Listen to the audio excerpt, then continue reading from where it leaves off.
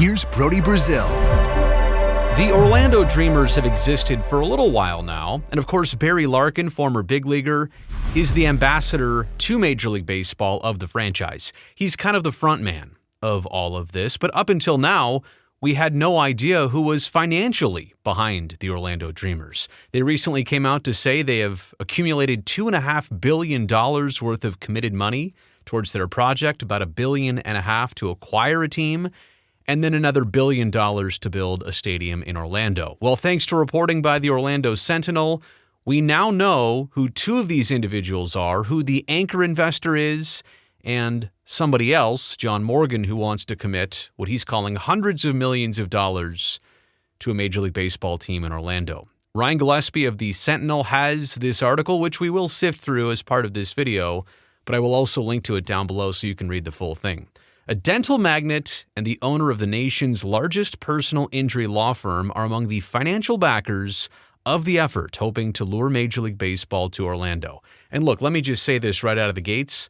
I think this is good for the Dreamers to put names and faces behind who exactly they are. Recently, when they came out to say, well, we've acquired some new investors and our totals are up to about $2.5 billion, it gets everybody curious. This only does them better by at least not being anonymous anymore. Again, names and faces, and let these people talk. Let these people use some of their influence to try and actually get the job done, I suppose, for Orlando. Rick Workman, the founder of Heartland Dental, has committed to be the anchor investor of the Orlando Dreamers, the group confirmed to the Orlando Sentinel. So we don't know an exact amount, but anchor investor also seems like majority owner type situation. So you've got to think at least in the $500 million plus range. John Morgan, who founded the Orlando-based Morgan & Morgan law firm, also told the Sentinel he would commit hundreds of millions of dollars if the group was able to land a team and build the stadium at its desired site on 35.5 acres of county-owned land next to the Aquatica water park on International Drive. And I highlighted there the fact that this is 35.5 acres of county-owned land. The county is going to play a big part in all of this. We'll get to that later on in this video. Exactly how far along are the Dreamers in working with the county? Maybe not as far as you'd think right now, but maybe that's not too difficult and right around the corner. Morgan said he was pitched on the idea by Pat Williams, the longtime sports executive who founded the Orlando Magic and started the Dreamers effort. As you probably know from watching this channel, Williams passed away last year.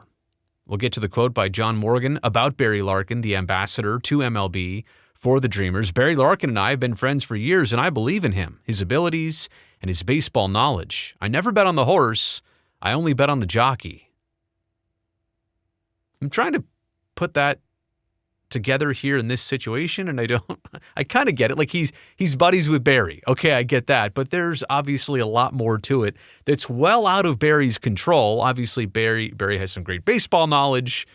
This is a totally different can of worms in trying to lure a baseball team, build a baseball stadium, work with the city, work with the county. I don't know that that's something every Major League Baseball shortstop is equipped to do, but obviously Barry Larkin has fully committed to this Orlando Dreamers project.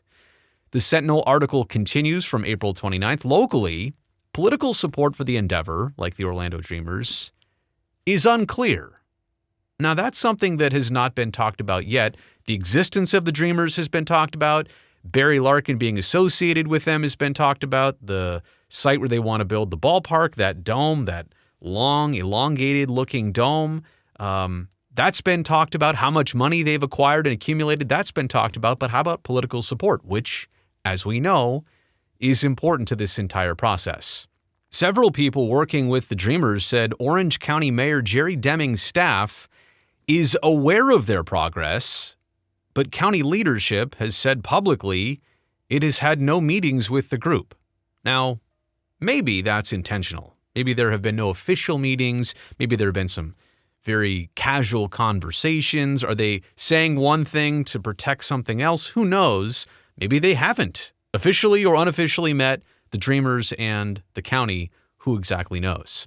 However, Schnorf said a county official originally showed Williams the piece of property where the Dreamers hope to build a dome stadium. That is CFO Jim Schnorf of the Orlando Dreamers. MLB will also require a public-private partnership for any city that hopes to land a franchise, the CFO, Jim Schnorf, said. Wait a second. MLB requires a public-private partnership? MLB requires public subsidies to bring a baseball team to any new location, whether it's relocation or expansion? Private funding can't take care of everything anymore? So I don't know if that's actually true or something that Jim Schnorf just said, but that's something we talk about here on the channel all the time. MLB seeks that, but now to officially declare it like that, maybe it is true behind closed doors. That could be direct funding, property tax refunds, infrastructure improvements, or another kind of deal. Another kind of, public subsidy is what Jim Schnorf is referencing there. Quote, "We're confident that piece of the puzzle is going to be satisfactory," Schnorf said in dealing with the county. Now, the Dreamers previously sought $975 million from Orange County in tourist development tax money collected from hotel stays towards the stadium, but a county task force instead decided last year to commit about $2 billion towards 5 other projects. And that would make sense. If the county has not been talking to the Dreamers or working with the Dreamers, how can they start committing money to the Dreamers if there hasn't been that official or even unofficial connection? But the point is, the Dreamers were hoping for something. It went somewhere else in the meantime, so now they've got to come up with a little bit more funding. Schnorf said the group is prepared to pounce if a team were to be put up for sale or if MLB decides to add new franchises to the league, as has been rumored in coming years. Well, it was rumored about 5 to 6 years ago. Who knows if that's still the case? TV contracts, a CBA expiring. Baseball's got a lot of things to tackle. I don't know if expansion is as high on their list anymore. But prepared to pounce if a team were to be put up for sale. Put that in your brain for just a second. We'll revisit that momentarily. Schnorf said the Dreamers are not going to interfere with clubs and other markets. Aren't you trying to get the Rays to move from Tampa Bay, either St. Pete and or Tampa proper? Aren't you trying to lure the Rays? So how are you not interfering with clubs and other markets? I get it. It's a slippery slope, putting yourself out there for what you want and getting the team that you want, most likely through relocation. It's very particular, right? Schnorf says, quote, "We're taking the most professional approach possible.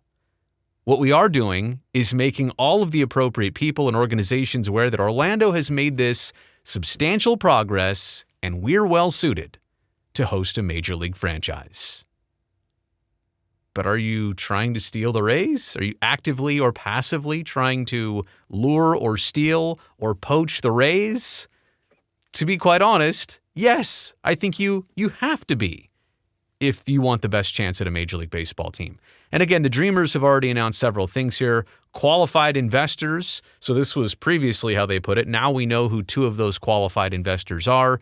Letters and verbal commitments approaching $1.5 billion. Stadium funding in excess of $1 billion confirmed by the Dreamers.